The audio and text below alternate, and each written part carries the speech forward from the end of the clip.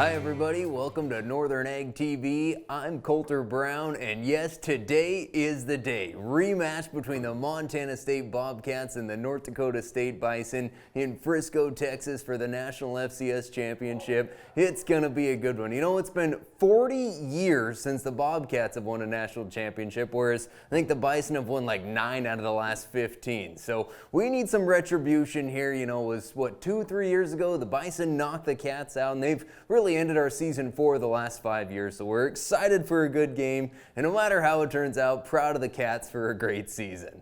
Well, as we get into our news here, let me take my hat off and act like a professional. The Billings Chamber of Commerce has announced that their Ag Excellence Award will be going to our good friend Jess Peterson. Can't think of a better candidate for that award. Of course, Jess has Western Sky Strategies, a consulting and government relations firm that works with a lot of ag clients across the country, really. And Jess has his own cow-calf operation to manage with what little free time it seems like he has. Jess is a big advocate for not only agriculture, but Billings and southeast Montana as a whole. He's been a big help in helping to put together some meetings between policymakers and producers, bringing them out to Montana to see what it's like on the ground. And of course, when disaster strikes, Jess is there to help, whether it's with the floods we had in Carbon and Stillwater counties or the fires in Rosebud County. Jess is a big advocate for agriculture, and we're excited to honor him. It'll be at the Metro Park there on January 31st. You can get your tickets today at billingschamber.com.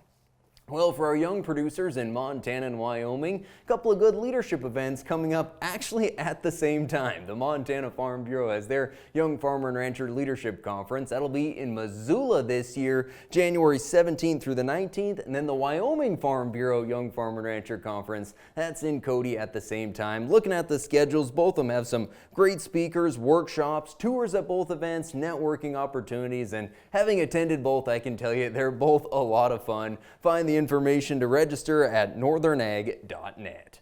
And University of Wyoming Extension specialists are putting together a beef team to try to specialize information directly for cattle producers and get the information that they really need to have in their extension programming. UW Extension Specialist Dagan Montgomery from Sublette County told me that they want to hear producers to help them design what the programming is going to look like, because it may depend on the producer and where they're at in Wyoming. Maybe there's a big need up in, say, the northeast part of the state. There's a lot of ranchers that want some help with heifer development. We could give a program up there that kind of focuses on that. And then, obviously, the northwestern side of the state, we know predation might be more of an issue, something we could focus on there.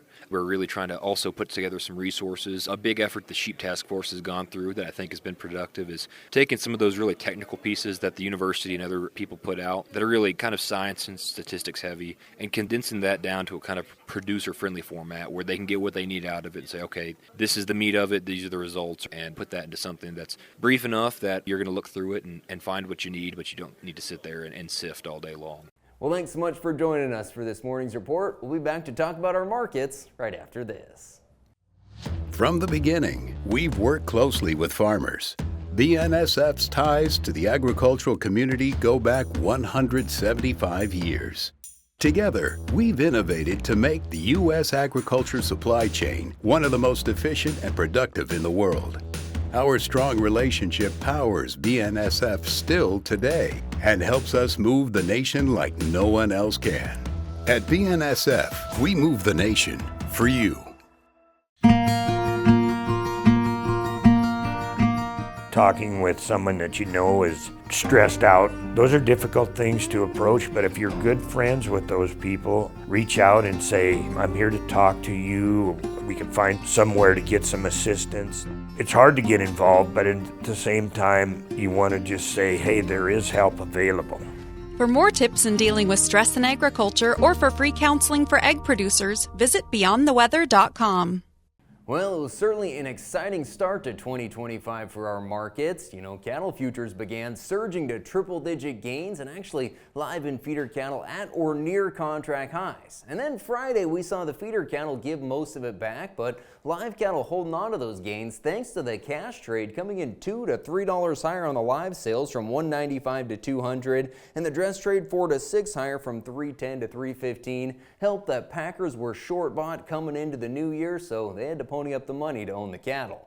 As we think about where prices are going to go this year, it's hard to think of it as anything but a strong market year for cattle producers. CattleFax is forecasting 5.5 weight steer calves to be up 5% for the annual average at $325, which those prices likely higher in the north.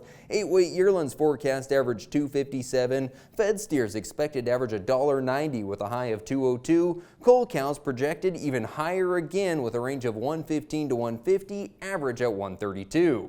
The lamb market did rally to close the year. Between the Newell sheep yards and pays, we saw 60-pound lambs averaging near $245, 70-pounders at $2 1/4, 80-pound lambs averaging about $2, and the 90-pounders $175 to $180.